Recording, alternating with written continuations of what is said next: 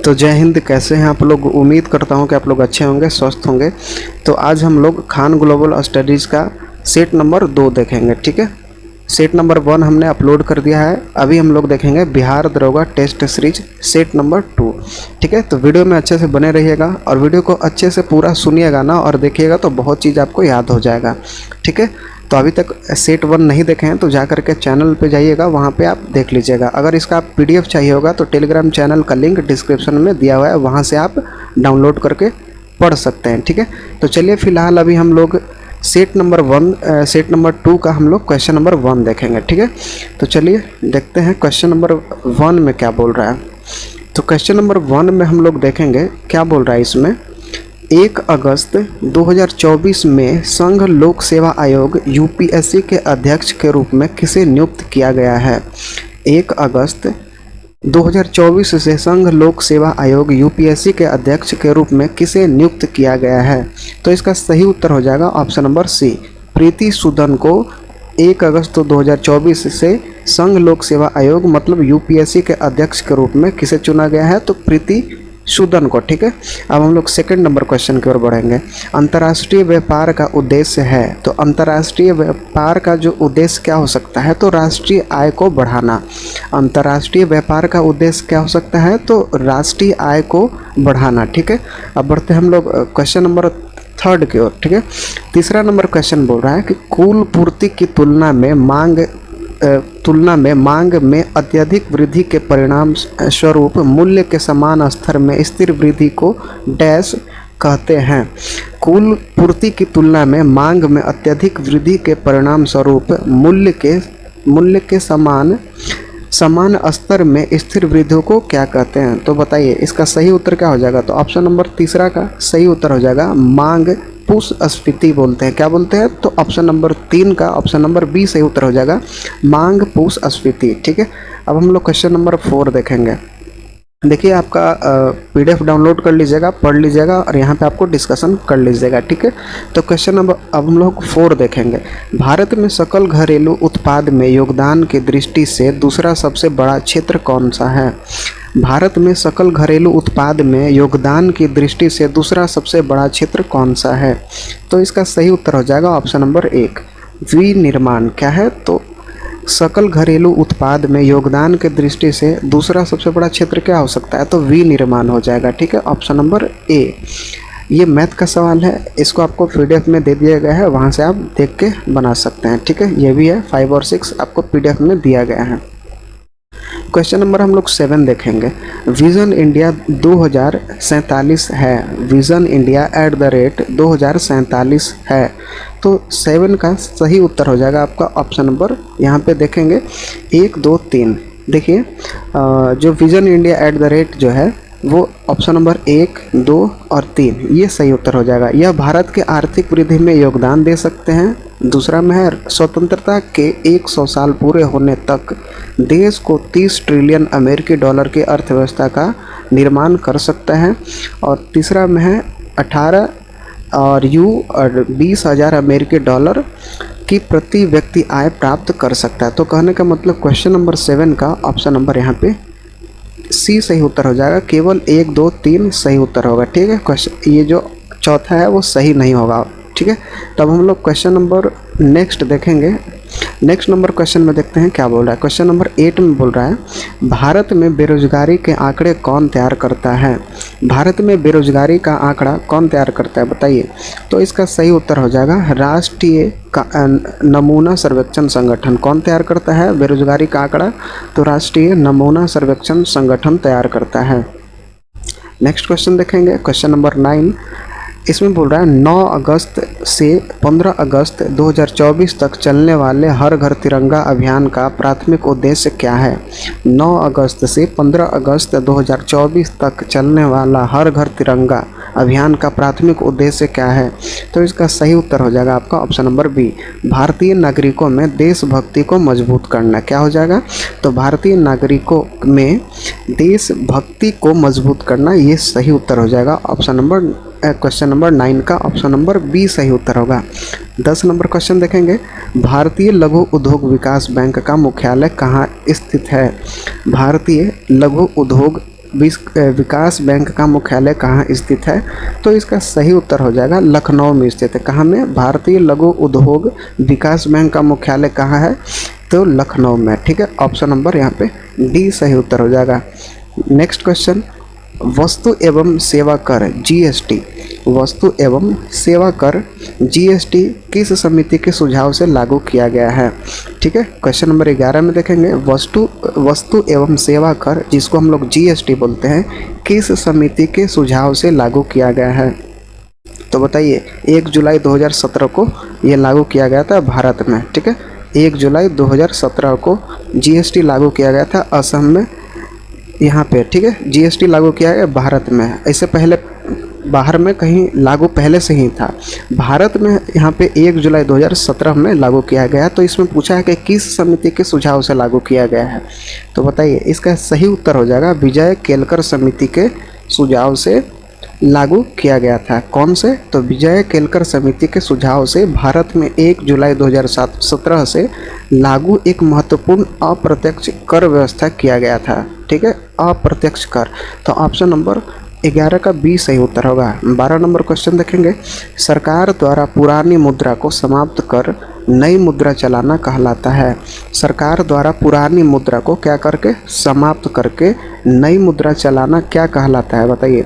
तो इसका सही उत्तर हो जाएगा विमुद्रीकरण। क्या कहलाता है? विमुद्रीकरण कहलाता है। तो ऑप्शन नंबर बी सही उत्तर होगा। क्वेश्चन नंबर 13 देखेंगे, 2011 की जनगणना के अनुसार बिहार में कौन सा जिला न्यूनतम साक्षरता दर वाला जिला है? 2011 की जनगणना के अनुसार बिहार में कौन सा जिला न्यूनतम साक्षरता दर वाला जिला है? तो इसका सही उत्तर हो जाएगा रोहतास। ठीक है, रोहतास जो है वो न्यूनतम साक्षरता दर वाला जिला है। किसके अनुसार? तो 2011 के जनगणना के अनुसार। ठीक है, क्वेश्चन नंबर 14 देखेंगे हम लोग, निम्नलिखित देशों में से किसमें तमिल एक प्रमुख भाषा है? निम्नलिखित देशों में से किस में तमिल जो है वो एक प्रमुख भाषा है? तो इसका सही उत्तर हो जाएगा सिंगापुर का। ठीक है, ऑप्शन नंबर यहाँ पे डी सही उत्तर हो जाएगा। क्वेश्चन नंबर 15 देखेंगे, संघ या बौद्ध मठों में रहने वाले लोगों के लिए नियमों का संग्रह था। संघ एवं बौद्ध मठों में रहने वाले लोगों के लिए नियमों का संग्रह था। तो इसका सही उत्तर हो जाएगा आपका ऑप्शन नंबर सी विनय पिटक। क्या था? तो विनय पिटक था। नियमों का संग्रह क्या था? तो विनय पिटक। तो 15 का ऑप्शन नंबर सी सही उत्तर हो जाएगा। देखिए, बौद्ध धर्म से संबंधित त्रिपिटक होता है। कौन कौन सा त्रिपिटक में? तो हो जाएगा विनय पिटक, सूत पिटक और अधिगम पिटक। क्या? तो विनय पिटक, सूत पिटक और अधिगम पिटक बौद्ध धर्म से संबंधित है। तो यहाँ पे ऑप्शन नंबर जो है वो सी से उत्तर हो जाएगा। नियमों का संग्रह किस में था? तो विनय पिटक में। ठीक है, 16 नंबर क्वेश्चन देखेंगे, अशोक ने अपने शिलालेखों में अपने समकालीन दक्षिण के किस राजवंश का उल्लेख नहीं किया है? यहाँ पे पूछा गया है, नहीं किया गया है। तो अशोक ने अपने शिलालेखों में अपने समकालीन दक्षिण के किस राजवंश का उल्लेख नहीं किया है? तो किसका उल्लेख नहीं किया है? तो पल्लव का उल्लेख नहीं किया। तो 16 का जो है वो सही उत्तर हो जाएगा आपका ऑप्शन नंबर बी। ठीक है, अब बढ़ते हैं हम लोग 17 नंबर क्वेश्चन की ओर। 17 नंबर देखें क्या बोल रहा है। 17 नंबर क्वेश्चन में बोल रहा है, निम्नलिखित को दिल्ली पर उनके शासन के कालानुक्रम के अनुसार व्यवस्थित करना है। तो बताइए 17 का कौन सा सही उत्तर हो जाएगा? Option number A. पहले इल्तुतमिश आएंगे। ठीक है, इल्तुतमिश, उसके बाद फिर रजिया सुल्तान, फिर उसके बाद आपका नसरुद्दीन और उसके बाद आपका हो जाएगा बलबन। तो यहाँ पे आपका पहले हो जाएगा थर्ड, फिर आपका पहला, फिर आपका चौथा, फिर आपका दूसरा हो जाएगा। ठीक है, कलानुकार लगाना है। ठीक है, कौन सबसे पहले शासन किया? तो पहले इल्तुतमिश, उसके बाद रजिया सुल्तान, उसके बाद नसरुद्दीन और फिर लास्ट में बलबन। ठीक है, तो ऑप्शन नंबर 17 का ए सही उत्तर होगा।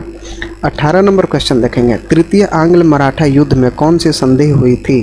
तृतीय आंग्ल मराठा युद्ध में कौन सी संधि हुई थी? तो इसका सही उत्तर देखेंगे, इसका सही उत्तर हो जाएगा आपका ऑप्शन नंबर ए, मंदसौर की संधि। तृतीय आंग्ल मराठा युद्ध में कौन सी संधि हुई थी? तो मंदसौर की संधि हुई थी। ऑप्शन नंबर ए सही उत्तर होगा। नेक्स्ट क्वेश्चन, किस मुगल शासक ने अपने डायरी में फूल पत्ती एवं बगीचा का वर्णन किया है? किस मुगल शासक ने अपने डायरी में फूल पत्ती एवं बगीचा का वर्णन किया है? तो बताइए कौन सा था? तो बाबर किया था, ठीक है। फूल पत्ती एवं बगीचा का वर्णन अपने डायरी में बाबर के द्वारा किया गया था, ठीक है। तो 19 का यहाँ पे ऑप्शन नंबर बी सही उत्तर होगा। 20 नंबर क्वेश्चन देखेंगे, गांधी जी का पहला सबसे बड़ा सत्याग्रह कहाँ हुआ था, बताइए।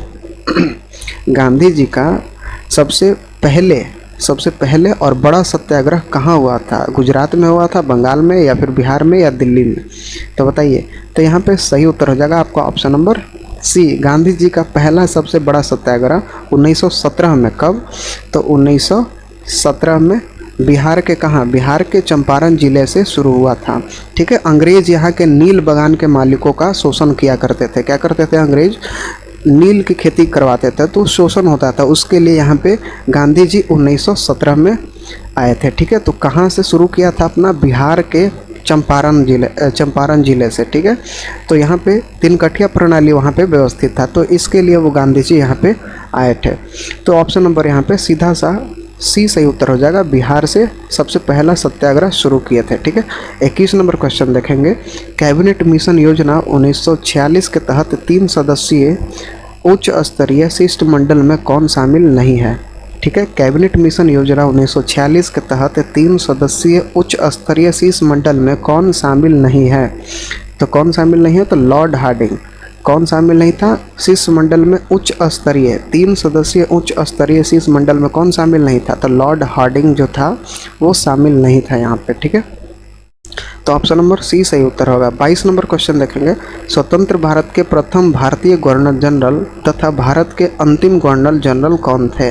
स्वतंत्र भारत के प्रथम भारतीय गवर्नर जनरल तथा भारत के अंतिम गवर्नर जनरल कौन थे? तो इसका सही उत्तर हो जाएगा ऑप्शन नंबर डी, सी राजगोपालाचारी, ठीक है। ऑप्शन नंबर 22 का डी सही उत्तर हो जाएगा, सी राजगोपालाचारी। क्वेश्चन नंबर 23 देखेंगे, लॉर्ड चेम्सफोर्ड 1916 से 21 के शासनकाल में निम्न में से कौन सी घटना घटित नहीं हुआ था? लॉर्ड चेम्सफोर्ड के शासनकाल में निम्नलिखित में से कौन सी घटना घटित नहीं हुआ था? तो बताइए कौन सी घटना घटित नहीं हुआ था? तो ऑप्शन नंबर यहाँ पे सी सही उत्तर हो जाएगा, सविनय अवज्ञा आंदोलन। कौन घटना नहीं हुआ था? तो सविनय अवज्ञा आंदोलन नहीं हुआ था। खिलाफत आंदोलन हुआ था, असहयोग आंदोलन, तो तृतीय अफगान युद्ध, ठीक है। ये सारे चीज़ यहाँ पे हुए थे, लेकिन कौन नहीं हुआ था? तो सविनय अवज्ञा आंदोलन। कौन कौन सा हुआ था? तो खिलाफत आंदोलन, जिसको गांधी जी का असहयोग आंदोलन भी बोलते हैं, और तृतीय अफगान भी हुआ था, ठीक है। और यहाँ पे रॉलेट एक्ट भी पारित हुआ था, और जलियांवाला बाग हत्याकांड भी हुआ था, लेकिन यहाँ पे सविनय अवज्ञा आंदोलन नहीं हुआ था, ये घटना घटित नहीं हुआ था। तो ऑप्शन नंबर सीधा सा सी सही उत्तर हो जाएगा। बढ़ते हम लोग 24 नंबर क्वेश्चन की ओर। वर्ष 1940 में वर्धा के निकट पावनार ग्राम से शुरू हुआ व्यक्तिगत सत्याग्रह के दूसरे सत्याग्रही कौन थे? वर्ष 1940 में वर्धा के निकट पावनार ग्राम से शुरू हुआ व्यक्तिगत सत्याग्रह के दूसरे सत्याग्रही कौन थे? बताइए। तो इसका सही जो उत्तर हो जाएगा option number B, Jawaharlal Nehru थे। दूसरे सत्याग्रही कौन थे? तो जवाहरलाल नेहरू। ऑप्शन नंबर यहाँ पे जो हो जाएगा ऑप्शन नंबर बी सही उत्तर हो जाएगा। और इसके प्रथम तथा तीसरे सत्याग्रही विनोबा भावे तथा ब्रह्मदत्त थे, ठीक है। प्रथम विनोबा भावे, और दूसरा जो हो जाएगा जवाहरलाल नेहरू, और तीसरा में ब्रह्मदत्त थे। ऑप्शन नंबर यहाँ पे 24 का सीधा सा मारेंगे बी नंबर, ठीक है। 25 नंबर क्वेश्चन देखेंगे, बिहार में घाघरा नदी किस स्थान पर गंगा में मिलती है? बिहार में घाघरा नदी किस स्थान पर गंगा में मिलती है? बताइए। तो इसका सही उत्तर हो जाएगा छपरा के निकट जाकर के मिलती है, ठीक है। घाघरा नदी किस स्थान पर मिलती है गंगा में? तो छपरा के निकट जाके, ठीक है। तो 25 का ऑप्शन नंबर यहाँ पे बी सही उत्तर हो जाएगा। अब बढ़ते हैं हम लोग 26 नंबर क्वेश्चन की ओर। 26 नंबर देखेंगे, क्वेश्चन में क्या बोल रहा है, निम्नलिखित में से किन दो देशों के बीच सबसे ऊंची अंतर्राष्ट्रीय सीमा शीर्ष बिंदु फैली हुई है? निम्नलिखित में से किन दो देशों के बीच सबसे ऊंची अंतर्राष्ट्रीय सीमा बिंदु फैली हुई है? तो 26 का सही उत्तर हो जाएगा आपका ऑप्शन नंबर बी, नेपाल चीन सीमा, ठीक है। नेपाल चीन सीमा फैली हुई है, ठीक है। यहाँ पे नक्शा देखिएगा, ऐसे करके जो नक्शा है, तो यहाँ पे आपका यहाँ पे नज़दीक में आपका यहाँ पे नेपाल हो जाएगा, और इधर आपका चीन हो जाएगा, ठीक है। नेपाल चीन, और इस साइड में आपका देखिएगा तो भूटान होगा, और यहाँ पे सिक्किम, मैप में देखिएगा तो पता चलेगा। तो सबसे ऊंची अंतर्राष्ट्रीय सीमा बिंदु शीर्ष सीमा बिंदु फैली हुई है तो नेपाल और चीन, ये आपका ऑप्शन नंबर बी में सही उत्तर हो जाएगा। ठीक है, 27 नंबर क्वेश्चन अब हम लोग देखेंगे। तो अत्यधिक प्रचंड चक्रवाती तूफान विपर्जय उष्णकटिबंधीय चक्रवात है जो पूर्व मध्य अरब सागर में निर्मित है, जिसके कारण भारत के सर्वाधिक प्रभावित तटीय क्षेत्र हैं। ठीक है, अत्यधिक प्रचंड चक्रवाती तूफान विपर्जय उष्णकटिबंधीय चक्रवात हैं जो पूर्व मध्य अरब सागर से निर्मित, जिनके कारण भारत में सर्वाधिक प्रभावित तटीय क्षेत्र है। तो 27 का ऑप्शन नंबर यहाँ पे डी सही उत्तर हो जाएगा, गुजरात तटीय क्षेत्र में। ठीक है, प्रभावित तटीय क्षेत्र है तो गुजरात तटीय क्षेत्र में, ऑप्शन नंबर डी सही उत्तर हो जाएगा। 28 नंबर क्वेश्चन देखेंगे। भारतीय स्वतंत्रता संग्राम के बिहार दौरान मुजफ्फरपुर में किंग्सफोर्ड की हत्या का प्रयास कब किया गया था? भारतीय स्वतंत्रता संग्राम के बिहार दौरान मुजफ्फरपुर में किंग्सफोर्ड की हत्या का प्रयास कब किया गया था? तो 28 का ऑप्शन नंबर सी सही उत्तर हो जाएगा। 30 अप्रैल 1908 को प्रयास किया गया था। किंग्सफोर्ड की हत्या का प्रयास 30 अप्रैल 1908 को किया गया था। ठीक है, तो ऑप्शन नंबर यहाँ पे क्या हो जाएगा? सी सही उत्तर हो जाएगा। अब बढ़ते हैं हम लोग 29 नंबर क्वेश्चन की ओर। स्वतंत्र भारत में एक ही ओलंपिक खेलों में 2 पदक जीतने वाली पहली भारतीय महिला बनी। स्वतंत्र भारत में एक ही ओलंपिक खेलों में 2 पदक जीतने वाली पहली भारतीय महिला बनी, तो कौन बनी थी बताइए? तो 29 का सही उत्तर हो जाएगा ऑप्शन नंबर 1 मनु भाकर। कौन बनी थी? तो मनु भाकर बनी थी, ऑप्शन नंबर ए सही उत्तर होगा। तो क्वेश्चन नंबर 30 देखेंगे। भारत की दूसरी सबसे लंबी स्थलीय सीमा किन देशों के साथ लगती है? भारत की दूसरी सबसे लंबी स्थलीय सीमा किन देशों के साथ लगती है? तो इसका सही उत्तर हो जाएगा, जो भारत है ना, भारत का स्थलीय सीमा 7 देशों के साथ मिलकर लगती है। ठीक है, तो कौन कौन सा होगा वो देख लेते हैं। देखिए, पेन टैब नहीं है कि हम लिख के यहाँ पे बताएं। ठीक है, आप लोग का कृपा होगा, चैनल को सब्सक्राइब करिएगा और अच्छा से वीडियो देखिएगा और वीडियो को शेयर करिएगा, तो कुछ अर्निंग होने लगेगा, तो हम पेन टाइप का भी व्यवस्था कर लेंगे और अच्छे तरीक़ा से आपको डायग्राम बना कर समझाएंगे आपको। ठीक है, तो प्लीज़ आप लोग से रिक्वेस्ट है, चैनल को सब्सक्राइब कर लीजिए और वीडियो को ज़रूर शेयर करिएगा और एक लाइक ज़रूर करिएगा। और हम आपसे कुछ चाहते भी नहीं है, बस एक लाइक कर दीजिए, एक लाइक, और चैनल को सब्सक्राइब करके वीडियो को शेयर कर दीजिएगा। ठीक है, यही आपसे रिक्वेस्ट है। तो देखिए, भारत की जो स्थलीय सीमा है वो 7 देशों से जाकर के मिलती है, जैसे जिसमें से बांग्लादेश हो जाएगा, पाकिस्तान, चीन, नेपाल, म्यांमार, भूटान, अफगानिस्तान शामिल है। ठीक है, कौन कौन सा? तो यहाँ पे हो जाएगा बांग्लादेश, चीन, पाकिस्तान, नेपाल, म्यांमार, भूटान और अफगानिस्तान। ठीक है, भारत की सबसे लंबी स्थलीय सीमा जो है वो बांग्लादेश के साथ लगती है। ठीक है, सबसे लंबी स्थलीय सीमा बांग्लादेश के साथ लगती है। तो यहाँ पे पूछा है दूसरी सबसे लंबी स्थलीय सीमा, तो बांग्लादेश नहीं होगा, यहाँ पे चीन होगा। तो यहाँ पे ऑप्शन नंबर यहाँ पे ए सही उत्तर हो जाएगा 30 का। ठीक है, और पहली तो यहाँ बांग्लादेश मारते। ठीक है, लेकिन यहाँ पे चीन दूसरी में पूछा है, तो ऑप्शन नंबर यहाँ पे ए सही उत्तर होगा। क्वेश्चन नंबर 31 देखेंगे। इसमें पूछ रहा है थायरॉक्सिन संबंधित नहीं है, थायरॉक्सिन संबंधित नहीं है। तो 31 का हम लोग सही उत्तर देखेंगे। इसका सही उत्तर हो जाएगा ऑप्शन नंबर डी, थायरॉक्सिन संबंधित किससे नहीं है? तो यह पीयूष ग्रंथि से निकलने वाला हार्मोन है, इससे संबंधित नहीं है।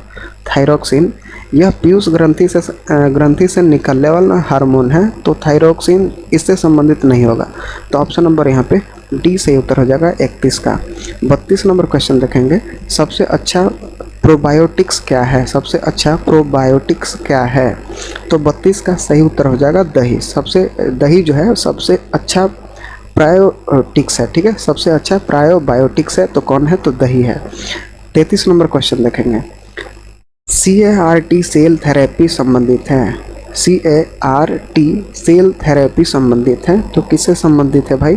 तो इसका सही उत्तर हो जाएगा ऑप्शन नंबर ए, कैंसर के इलाज में प्रयोग होता है। ठीक है, इसको कार्ट भी बोल सकते हैं फिर, या फिर CAR-T सेल थेरेपी जो है वो बोल सकते हैं। तो इससे संबंधित होगा, तो कैंसर के इलाज से संबंधित है। ठीक है, कैंसर के इलाज में प्रयोग किया जाता है।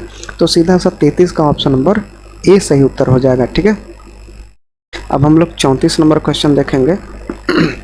34 नंबर क्वेश्चन में बोल रहा है यहाँ पे सरीसृप डायनासोर एक मध्यजीवी या मोनोजाइक महाकल्प में थे जो मध्यजीवी महाकल्प में शामिल थे।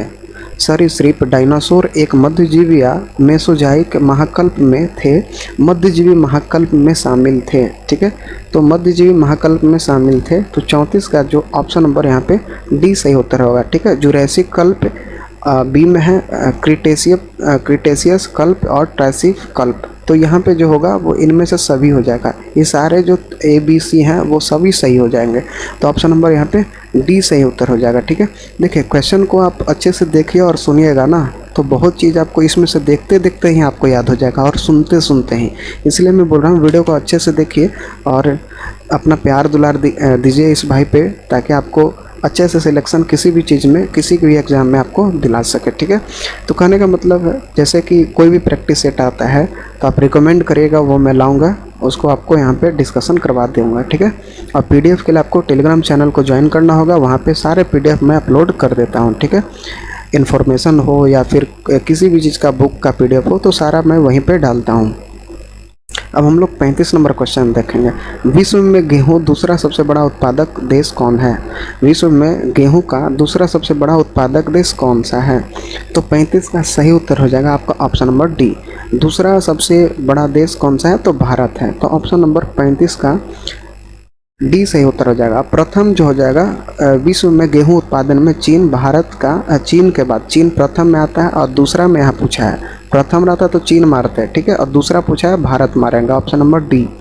36 नंबर क्वेश्चन देखें। किस देश को हर्टिम किंगडम के नाम से जाना जाता है? किस देश को हमिर्ट किंगडम के नाम से जानते हैं? हमिर्ट किंगडम के नाम से किसे जानते हैं, किस देश को? तो बताइए, 36 का सही उत्तर हो जाएगा आपका ऑप्शन नंबर सी, उत्तरी कोरिया को। ठीक है, हमिर्ट किंगडम के नाम से उत्तरी कोरिया को जानते हैं। और जापान को हम लोग जानते हैं सूर्योदय का देश।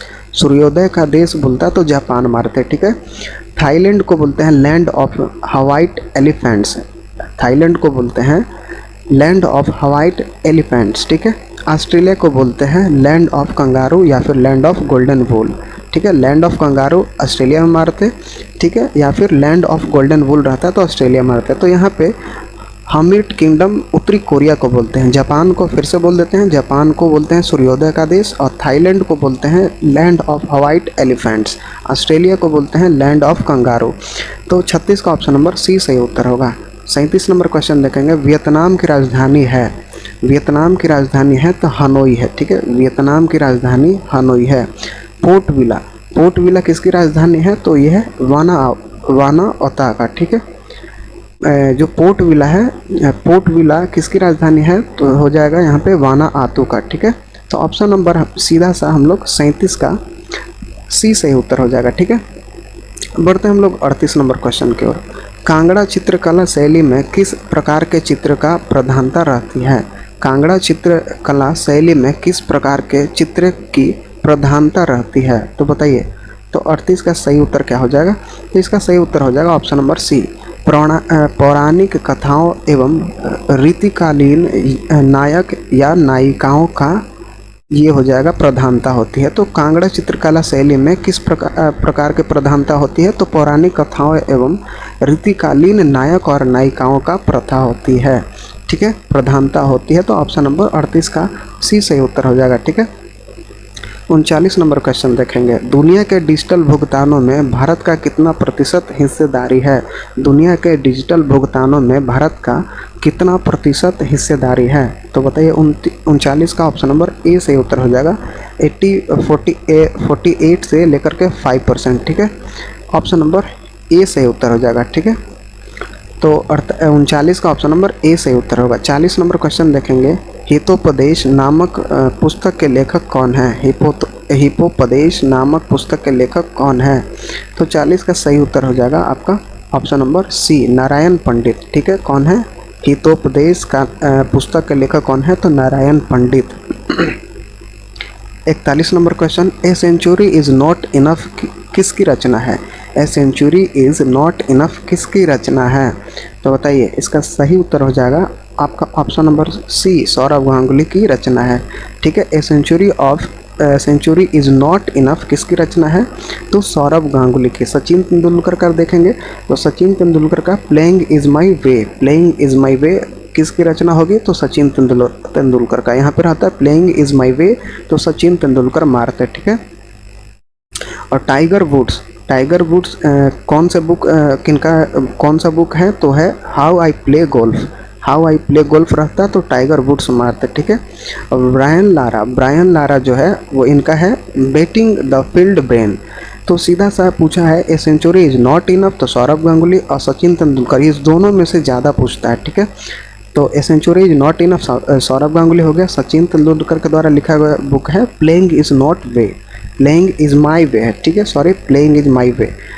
42 नंबर क्वेश्चन में पूछ रहा है CUSNZN का मिश्रण है, CUSNZN का मिश्रण है, तो क्या हो जाएगा? ऑप्शन नंबर यहाँ पे डी सही उत्तर हो जाएगा, गन धातु। ऑप्शन नंबर डी सही उत्तर होगा। 43 नंबर क्वेश्चन अब हम लोग देखेंगे। निम्नलिखित तत्वों में सबसे अधिक विद्युत धनात्मक तत्व है, निम्नलिखित तत्वों में सबसे अधिक विद्युत धनात्मक तत्व है, तो 43 का क्या सही उत्तर हो जाएगा? ऑप्शन नंबर बी, ठीक है, ऑप्शन नंबर बी सही उत्तर हो जाएगा 43 का। अब बढ़ते हैं हम लोग 44 नंबर क्वेश्चन देखेंगे, ठीक है। 44 नंबर क्वेश्चन, इसमें देखते हैं क्या बोल रहा है। तो 44 नंबर क्वेश्चन में पूछ रहा है आपसे अमिश्रणीय द्रवों या निलंबन जैसे द्रव और ठोस मिश्रण के लिए मिश्रण पृथक्करण प्रक्रिया है। अमिश्रीय द्रवों या निलंबन जैसे द्रव और ठोस मिश्रण के लिए मिश्रण पृथक्करण प्रक्रिया है, तो इसका सही उत्तर हो जाएगा निस्तारण, ठीक है। ऑप्शन नंबर डी सही उत्तर हो जाएगा निस्तारण। ऑप्शन नंबर 44 का डी सही उत्तर हो जाएगा, देख लीजिए, ठीक है।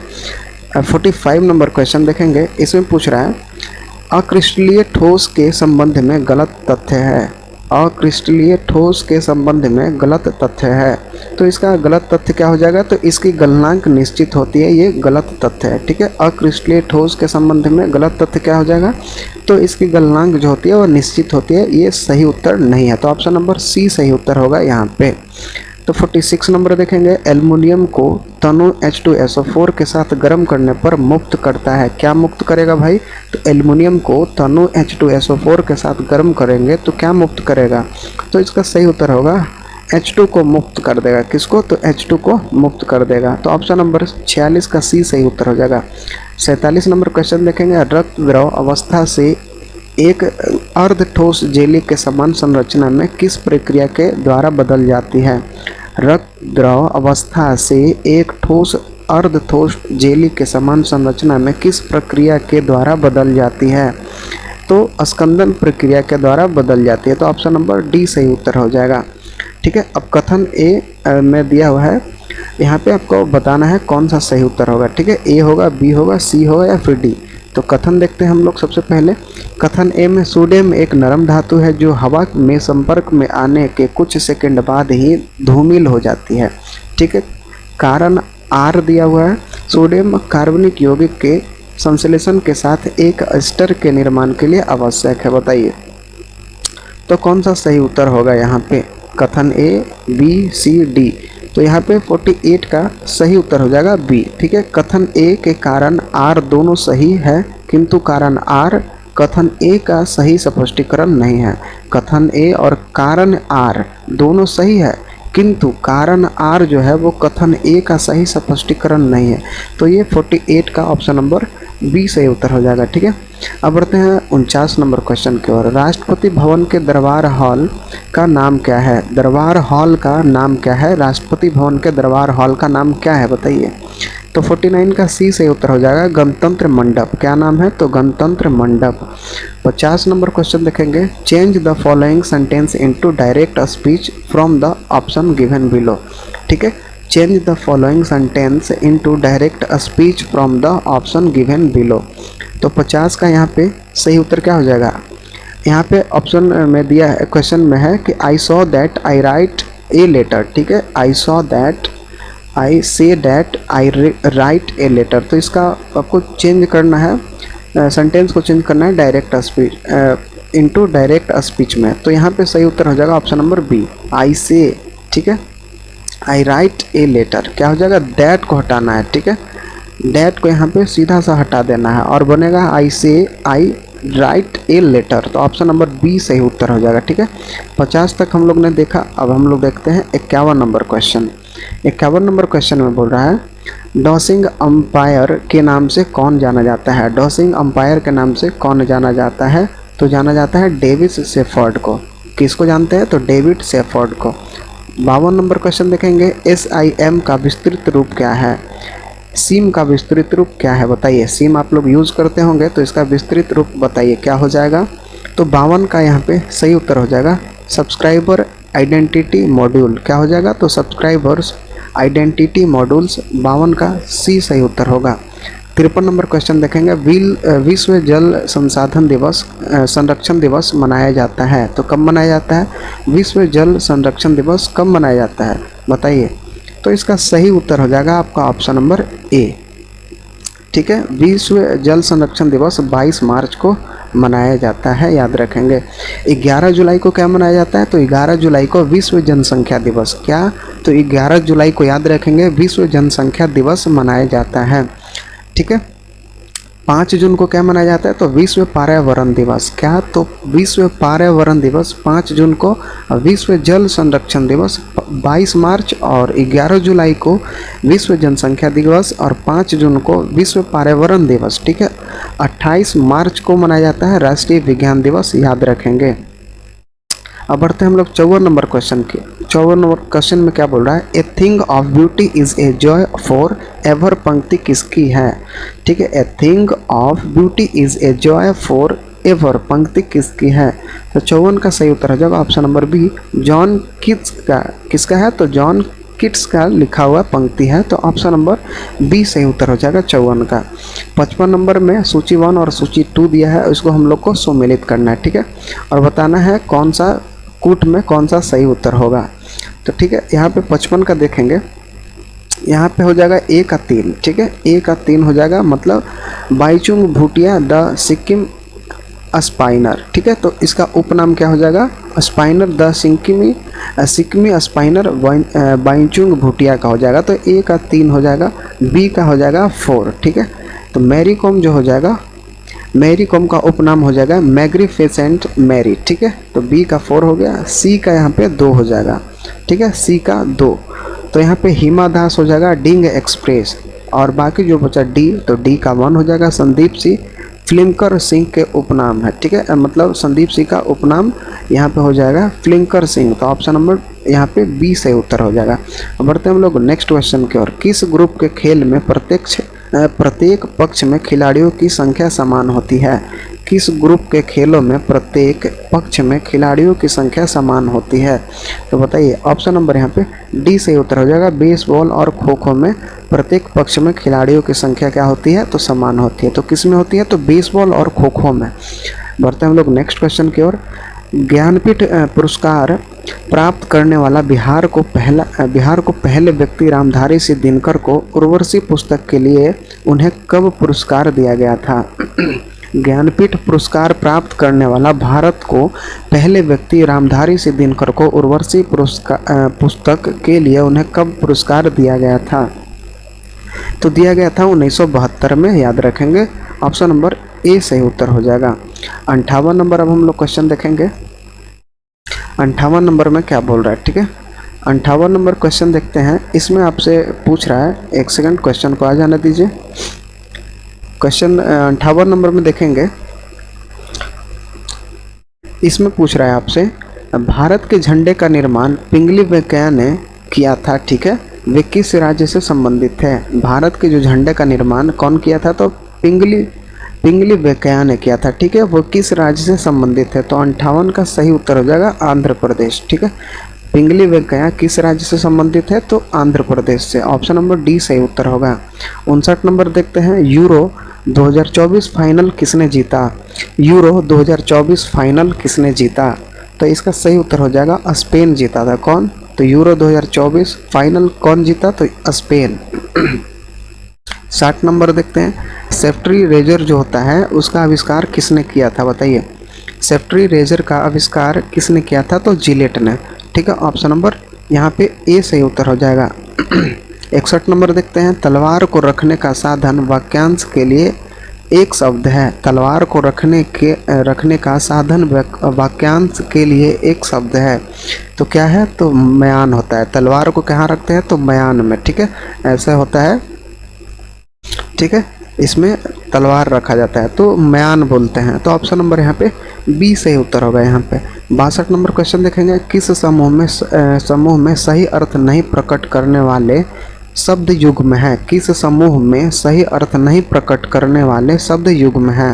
तो 62 का सही उत्तर हो जाएगा ऑप्शन नंबर सी। तरनी, नाव और तरनी शौर्य, ये जो है वो नहीं प्रकट करने वाले शब्द युग्म है। तो ऑप्शन नंबर सी सही उत्तर हो जाएगा 62 का।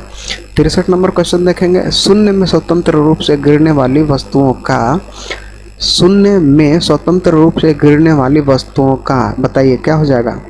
तो समान त्वरण होता है। क्या हो जाता है? शून्य में स्वतंत्र रूप से गिरने वाले वस्तुओं का त्वरण जो होता है वो समान होता है। तो 63 का ए सही उत्तर होगा। 64 नंबर क्वेश्चन देखेंगे। मनुष्य दाढ़ी बनाने का कौन सा दर्पण का उपयोग करता है? मनुष्य जो है वो दाढ़ी बनाने के लिए कौन सा दर्पण का उपयोग करता है? तो किसका? तो अवतल का करता है, ठीक है। उत्तल जो होता है वो इस तरह का रहता है, ठीक है। उत्तल उठल मतलब थोड़ा सा ऊपर में है, उभरा हुआ रहता है। और अवतल जो होता है वो इस तरह का रहता है, ठीक है, अंदर की ओर उभरा हुआ रहता है। तो मनुष्य जो है वो दाढ़ी बनाने के लिए उपयोग किसका करता है? तो अवतल दर्पण का। 65 नंबर क्वेश्चन देखेंगे। 2000 किलोग्राम भार की एक नाव पानी पर तैरती है जो तो विस्थापित भार पानी का भार होगा, ठीक है, बताना है 65 नंबर में कि 200 किलोग्राम, ठीक है, 200 किलोग्राम भार की एक नाव पानी पर तैरती है तो विस्थापित पानी का भार क्या होगा? तो इसका भार क्या हो जाएगा? तो 200 किलोग्राम ही होगा, ठीक है। इसका सही उत्तर हो जाएगा ऑप्शन नंबर सी, ठीक है। जब कोई वस्तु किसी द्रव पूर्णतः डूब जाती है, पूर्णतः रूप से डूब जाती है तो उसके भार का कमी का आभास होता है, ठीक है, भार में कमी का आभास होता है। तो आर्किमिडीज के सिद्धांत के अनुसार ऐसा होता है, ठीक है। तो यहाँ पे जो क्वेश्चन पूछा है कि 200 किलोग्राम का जो भार का एक नाव है पानी पर तैरता है तो विस्थापित पानी का भार क्या होगा? तो 200 किलोग्राम ही हो जाएगा। तो ऑप्शन नंबर सी सही उत्तर होगा। 66 नंबर देखते हैं क्वेश्चन। क्रोमेटोग्राफी या वर्ण लेखन के संबंध में सही नहीं है। क्रोमेटोग्राफी या वर्ण लेखन के संबंध में सही नहीं है। तो 66 का सही नहीं क्या हो जाएगा? तो ऑप्शन नंबर डी, यह रंगीन पदार्थों के प्रभाजी आसवन में प्रयोग होता है। यह रंगीन पदार्थों के प्रभाजी आसवन में प्रयोग होता है। तो ये जो होगा संबंध सही नहीं है। तो कौन? ऑप्शन नंबर डी सही उत्तर हो जाएगा 66 का, ठीक है। अब हम लोग 67 नंबर क्वेश्चन देखेंगे। 67 नंबर में देखते हैं क्या बोल रहे हैं यहाँ पे। देखिए यहाँ पे दिया गया है, नीचे दिए गए वेग त्वरण ग्राफ का कौन सा भाग शून्य त्वरण या मंदन को प्रदर्शित करता है? बताइए तो कौन सा हो जाएगा? 67 का यहाँ पे BC हो जाएगा, ठीक है, ऑप्शन नंबर सी। ये जो है ये आपका हो जाएगा मंदन को प्रदर्शित करता है, ठीक है। कौन सा भाग? तो BC, ये वाला शून्य त्वरण या मंदन को प्रदर्शित करता है। तो ऑप्शन नंबर सी में है, ठीक है, ऑप्शन नंबर सी में BC दिया हुआ, यही आपका सही उत्तर हो जाएगा। ये आपका मैथ का है तो आपको PDF में मिल जाएगा। 69 नंबर क्वेश्चन देखेंगे। वर्ष 2020 में स्थापित कोलंबो सिक्योरिटी कॉन्क्लेव का उद्देश्य क्या है? 2020 में स्थापित कोलंबो सिक्योरिटी कॉन्क्लेव का उद्देश्य क्या है? बताइए। 69 का सही उत्तर हो जाएगा आपका ऑप्शन नंबर डी, समुद्री सहयोग का विस्तार करना, ठीक है, समुद्री सहयोग का विस्तार करना ये आपका उद्देश्य था। तो ऑप्शन नंबर यहाँ पे डी सही उत्तर हो जाएगा। मैथ का सवाल है, आपको PDF में दिया गया है, देख लीजिएगा, ठीक है। 71 नंबर का भी PDF में मिल जाएगा और 72 नंबर का भी मिल जाएगा। तो आगे हम लोग बढ़ते हैं। आगे देखते हैं क्या बोल रहा है प्रश्न में। अगला है आपका, यहाँ पे भी आपको PDF में मिल जाएगा, ठीक है। ज़्यादातर फोकस करना है GK GS पर, ठीक है। बाकी आपका मैथ का जो सवाल होगा वो PDF में आपको प्रोवाइड करा दिया जाएगा। PDF के लिए आपको टेलीग्राम चैनल को ज्वाइन करना होगा, वहाँ पे आपको PDF ये मिल जाएगा, ठीक है। तो यहाँ पे हम लोग को सीधा देखते हैं 74 नंबर क्वेश्चन। तो मोबाइल एप्लीकेशन M पासपोर्ट सेवा भारत के निम्नलिखित में से किस मंत्रालय द्वारा लॉन्च किया गया है? मोबाइल एप्लीकेशन M पासपोर्ट सेवा भारत के निम्नलिखित में से किस मंत्रालय द्वारा लॉन्च किया गया है? तो इसका सही उत्तर क्या हो जाएगा, विदेश मंत्रालय द्वारा लॉन्च किया गया है कौन, एम पासपोर्ट सेवा। ठीक है, तो ऑप्शन नंबर यहाँ पे डी सही उत्तर हो जाएगा 74 का। 75 नंबर क्वेश्चन देखेंगे, भारत में राष्ट्रीय बालिका दिवस किस तिथि को मनाया जाता है। भारत में राष्ट्रीय बालिका दिवस किस तिथि को मनाया जाता है, तो 75 का सही उत्तर हो जाएगा 24 जनवरी को मनाया जाता है, तो ऑप्शन नंबर ए सही उत्तर होगा। नेक्स्ट देखते हैं 76 नंबर क्वेश्चन, आधुनिक ओलंपिक खेल के संदर्भ में सही नहीं है। आधुनिक ओलंपिक खेल के संदर्भ में सही नहीं है, तो क्या सही नहीं होगा, तो ऑप्शन नंबर डी। ठीक है, चार्ल्स पियरे ड्रिफ्ट एक यूनानी शिक्षक और इतिहासकार थे जिन्हें आधुनिक ओलंपिक खेलों का जनक के रूप में जाना जाता है। तो ये जो है वो आधुनिक ओलंपिक खेल के संदर्भ में सही नहीं है, ये आपका ऑप्शन नंबर डी सही उत्तर होगा। 77 नंबर क्वेश्चन देखेंगे, भारतीय संविधान के किस अनुच्छेद के तहत नीति आयोग, ठीक है, नीति आयोग का गठन 1 जनवरी 2015 को किया गया था। नीति आयोग पहले इसको योजना आयोग के नाम से जानते हैं। ठीक है, पहले क्या नाम से जानते थे, योजना आयोग, उसको बदल करके 1 जनवरी 2015 को नीति आयोग रख दिया गया। तो यहाँ पूछा है कि भारतीय संविधान के किस अनुच्छेद के तहत नीति आयोग का गठन 1 जनवरी 2015 को किया गया था, तो इसका सही उत्तर हो जाएगा यहाँ पे अनुच्छेद 324, 280, 286। तो यहाँ पे अनुच्छेदों में कोई नहीं, यहाँ पे ऑप्शन नंबर डी से उत्तर हो जाएगा। ठीक है, अनुच्छेदों में कोई नहीं। ठीक है, तो ऑप्शन नंबर यहाँ पे डी से उत्तर होगा। ठीक है, 78 नंबर क्वेश्चन देखेंगे, जम्मू कश्मीर राज्य पुनर्गठन अधिनियम 2019 के संदर्भ में गलत कथन है। ठीक है, जम्मू कश्मीर राज्य पुनर्गठन अधिनियम 2019 के संदर्भ में गलत कथन है, तो कौन सा गलत कथन हो जाएगा भाई, तो 78 का देखेंगे तो यहाँ पे सी वाला जो होगा वो सही उत्तर होगा। यहाँ पे जो कथन है वो गलत दिया गया है, लद्दाख को भी विधानसभा के साथ संघ राज्य क्षेत्र बनाया गया था, ये जो बात कहा गया है ये गलत है, तो ऑप्शन नंबर यहाँ पे 78 का सी सही उत्तर हो जाएगा। ठीक है, 79 नंबर क्वेश्चन देखेंगे, जून 2024 में बोइंग स्टार लाइनर के पहले चालक दल मिशन पर सवार होकर अंतरिक्ष में उड़ान भरने वाले पहले व्यक्ति बने। जून 2024 में बोइंग स्टार लाइनर के पहले चालक दल मिशन पर सवार होकर अंतरिक्ष में उड़ान भरने वाला पहला व्यक्ति बना, तो कौन बना था, तो बने थे सुनीता विलियम्स और बूच विलमोर। ठीक है, सुनीता विलियम्स और बूच विलमोर, ऑप्शन नंबर 79 का बी सही उत्तर हो जाएगा। अगला नंबर 80 नंबर क्वेश्चन है, निम्नलिखित निवारण निरोध अधिनियम को काल क्रमानुसार व्यवस्थित करना है, मतलब कि सही क्रम में व्यवस्थित करना है, क्वेश्चन नंबर 80 का। ठीक है, तो यहाँ पे हो जाएगा, पहला हो जाएगा आपका MISA, ये पहला नंबर पे लगेगा। ठीक है, पहला नंबर पे, उसके बाद NSA ये लगेगा, फिर आपको टाडा TADA, फिर लास्ट में आपका ये लगेगा। तो कहने का मतलब सबसे पहला नंबर पे ये रहेगा 1 नंबर, और फिर ये आपका हो जाएगा, तो यहाँ पे जो है 80 का बी सही उत्तर हो जाएगा, 1 4 2 3 ये लगेगा। ठीक है, तो 80 का 20 सही, बी नंबर जो ऑब्जेक्टिव है ऑप्शन है वो सही उत्तर हो जाएगा। ठीक है, 81 नंबर देखते हैं, संसद के अवकाश में राष्ट्रपति को किस अनुच्छेद के तहत अध्यादेश जारी करने का अधिकार है। संसद के अवकाश में राष्ट्रपति को किस अनुच्छेद के तहत अध्यादेश जारी करने का अधिकार है, तो इसका सही उत्तर हो जाएगा अनुच्छेद 123 के तहत। ठीक है, 82 नंबर क्वेश्चन देखेंगे, सदन में किसी बैठक के लिए घनपूर्ति अध्यक्ष सहित कितनी होती है। ठीक है, सदन में किसी बैठक के लिए घनपूर्ति अध्यक्ष सहित कितनी होती है, तो इसका सही उत्तर हो जाएगा सदन के सदस्यों की कुल संख्या का 10वां भाग होती है। ठीक है, सदन के सदस्यों के कुल संख्या का कौन सा भाग, तो 10वां भाग होता है, ऑप्शन नंबर डी सही उत्तर होगा।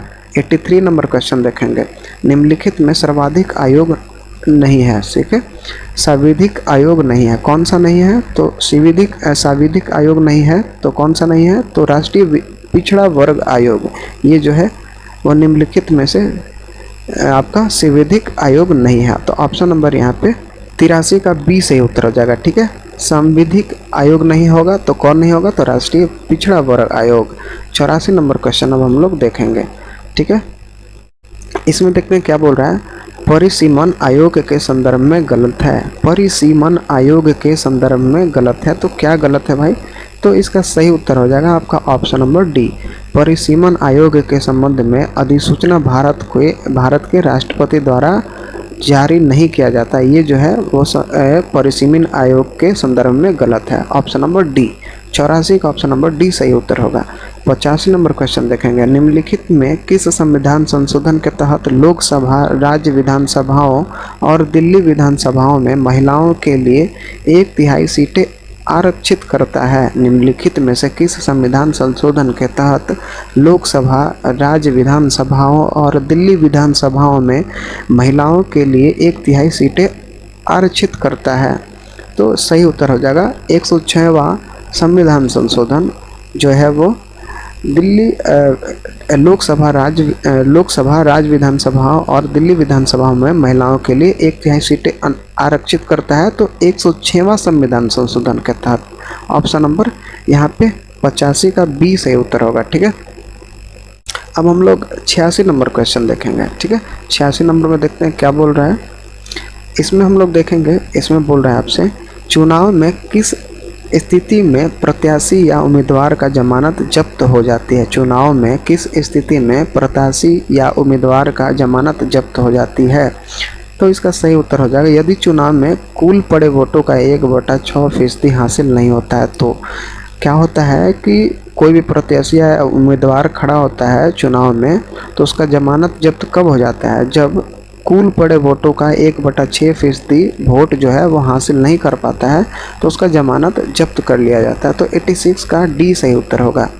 87 नंबर क्वेश्चन देखेंगे, संविधान के किस भाग को भारतीय संविधान का मैग्ना कार्टा कहा जाता है? मैग्ना कार्टा कहा जाता है संविधान के किस भाग को, बताइए। तो 87 का ऑप्शन नंबर यहाँ पे बी सही उत्तर हो जाएगा, भाग 3 को बोलते हैं। ठीक है, किसको? तो भाग 3 को मैग्ना कार्टा कहा जाता है भारतीय संविधान का। 88 नंबर क्वेश्चन देखेंगे, 103वां संविधान संशोधन 2019 के तहत किसे आरक्षण प्रदान किया गया है? 103वां संविधान संशोधन 2019 के तहत किसे आरक्षण प्रदान किया गया है?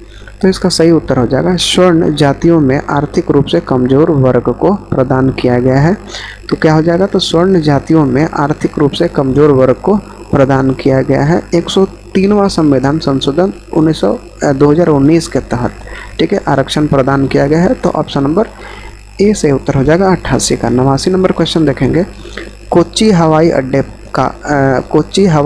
पर प्रस्तावित परियोजना को विश्व स्तर पर अद्वितीय बनाता है? कोच्चि हवाई अड्डे पर प्रस्तावित परियोजना को विश्व स्तर पर अद्वितीय बनाता है, बताइए।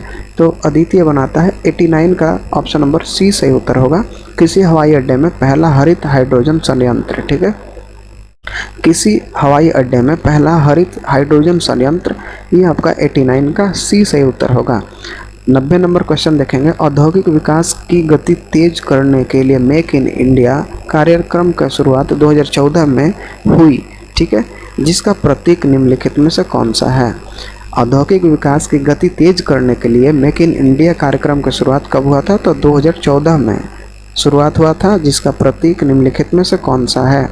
तो इसका सही उत्तर हो जाएगा कॉन्ग से बने शेर। ठीक है, कॉन्ग से बने शेर का प्रतीक है, ऑप्शन नंबर डी सही उत्तर होगा। 91 नंबर क्वेश्चन देखेंगे, यदि सीमांत उपभोग प्रवृत्ति MPC 0.8 है तो सीमांत बचत प्रवृत्ति MPS का मान होगा। तो क्या हो जाएगा MPS का मान? तो 0.2, ऑप्शन नंबर यहाँ पे सी सही उत्तर हो जाएगा 91 का।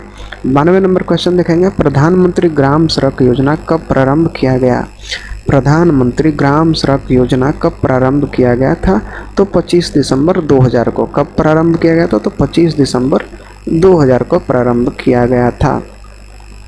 बढ़ते हम लोग नेक्स्ट क्वेश्चन की ओर। भारत का एकमात्र सक्रिय ज्वालामुखी किस द्वीप में स्थित है? भारत का एकमात्र सक्रिय ज्वालामुखी किस द्वीप में स्थित है? तो इसका सही उत्तर हो जाएगा बंगाल के खाड़ी में स्थित है, ऑप्शन नंबर बी सही उत्तर होगा। सूची 1 और सूची 2 को सम्मिलित करना है। ठीक है, तो बताइएगा 94 का यहाँ पे सही उत्तर क्या हो जाएगा? 94 का हो जाएगा ए का 4। ठीक है, ए का भारतनाट्यम कहाँ है? तो तमिलनाडु का है। ठीक है, भारतनाट्यम कहाँ का? तो तमिलनाडु का। और यहाँ पे कुचिपुड़ी कहाँ का हो जाएगा?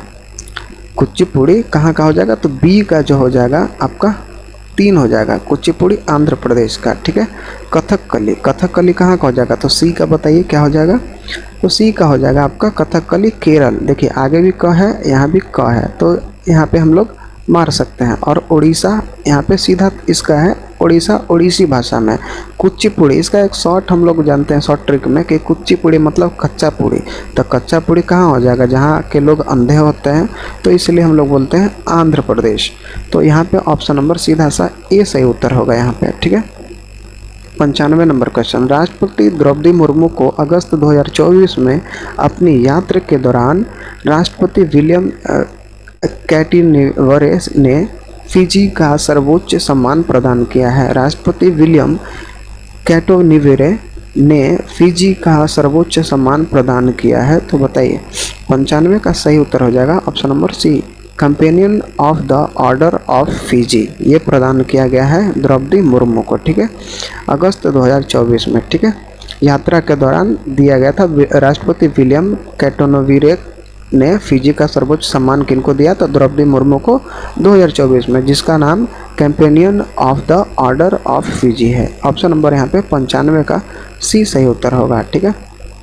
अब हम लोग 96 नंबर क्वेश्चन देखेंगे, ठीक है। क्या बोल रहा है इसमें, विश्व कप फुटबॉल प्रथम विजेता देश है। विश्व कप फुटबॉल प्रथम विजेता देश है, बताइए, तो इसका सही उत्तर हो जाएगा उरुग्वे, ठीक है। विश्व कप फुटबॉल का प्रथम विजेता देश उरुग्वे है। 97 नंबर का पीडीएफ में आपको दिया गया है सॉल्यूशन, ठीक है। 98 नंबर क्वेश्चन देखेंगे, विधान परिषद राज्य विधानमंडल का उच्च सदन होता है, इसकी स्थापना और समाप्ति का प्रावधान किस अनुच्छेद में दिया गया है। विधान परिषद राज्य विधानमंडल का उच्च सदन होता है, इसकी स्थापना और समाप्ति का प्रावधान किस अनुच्छेद में दिया गया है, तो किस अनुच्छेद में है, तो अनुच्छेद 169 में दिया गया है, 169 में दिया गया है, तो ऑप्शन नंबर 98 का बी सही उत्तर होगा। 99 नंबर देखते हैं क्वेश्चन, भारत रत्न से सम्मानित MS सुब्बुलक्ष्मी किस संगीत से संबंधित है। MS सुब्बुलक्ष्मी किस संगीत से संबंधित है, जो कि इनको भारत रत्न दिया गया है, तो 99 का ऑप्शन नंबर बी से उत्तर हो जाएगा, कर्नाटक संगीत से संबंधित है MS सुब्बुलक्ष्मी, जिनको भारत रत्न से सम्मानित किया गया है, ये कर्नाटक संगीत से संबंधित है। 100 नंबर क्वेश्चन देखेंगे, choose the correct sentences, choose the correct sentences, तो यहाँ पे देखेंगे, it is high time he will start earning, ये सही उत्तर नहीं होगा। It is high time he started earning, ये भी नहीं। It is high time he starts earning, ये आपका जो है वो सही उत्तर हो जाएगा सी, ऑप्शन नंबर 100 का, ठीक है। ऑप्शन नंबर सी सही उत्तर हो जाएगा क्वेश्चन नंबर 100 का, ठीक है। तो फिलहाल हम लोग ने सेट 2 का 100 प्रश्न कंप्लीट कर लिया इसमें, ठीक है। पीडीएफ के लिए आपको टेलीग्राम चैनल को ज्वाइन करना होगा, ठीक है। देखिए बिहार दरोगा में ज़्यादातर आपको फोकस करना है जीके जीएस पे। अगर जीके जीएस मजबूत है तो समझिए कि आपका एग्ज़ाम क्रैक हो जाएगा। मैथ थोड़ा बहुत आता है, मैथ रीजनिंग, तो उस पर आपको देखिए तैयारी तो सब चीज़ का करना है, लेकिन मैथ थोड़ा सा कम पूछता है, तो जो ज़्यादा पूछता है उसका तैयारी अगर हम करते हैं तो बेहतर आपका रिजल्ट होगा, ठीक है। तो प्रीवियस ईयर भी आप देख सकते हैं, अब किरण पब्लिकेशन का भी सेट हमने अपलोड कर दिया है हमारे यूट्यूब चैनल पे, वहाँ से भी आप जा करके देख सकते हैं, ठीक है। तो प्लीज़ आपसे एक रिक्वेस्ट है लास्ट में कि चैनल को आप जाते जाते सब्सक्राइब करके बेल आइकन ज़रूर दबा दीजिएगा और लाइक बटन ज़रूर प्रेस करिएगा, ठीक है। हमें मोटिवेशन मिलती है कि आप जैसे ही लाइक करते हैं, और कमेंट सबसे पहले कमेंट करिए, ठीक है। आपको वीडियो कैसा लगा और किस चीज़ पे वीडियो चाहते हैं आप लोग, ठीक है। रेलवे का भी सीरीज हमने स्टार्ट कर दिया है प्रीवियस ईयर का, जो कि जीके जीएस का अपलोड कर रहे हैं, ठीक है। तो चाहिए प्यार दीजिए वीडियो को, चैनल को सब्सक्राइब कर लीजिए और टेलीग्राम चैनल को ज्वाइन कर लीजिए, ठीक है। तो मिलते हैं आपसे नेक्स्ट वीडियो में, तब तक के लिए टाटा बाय बाय, धन्यवाद।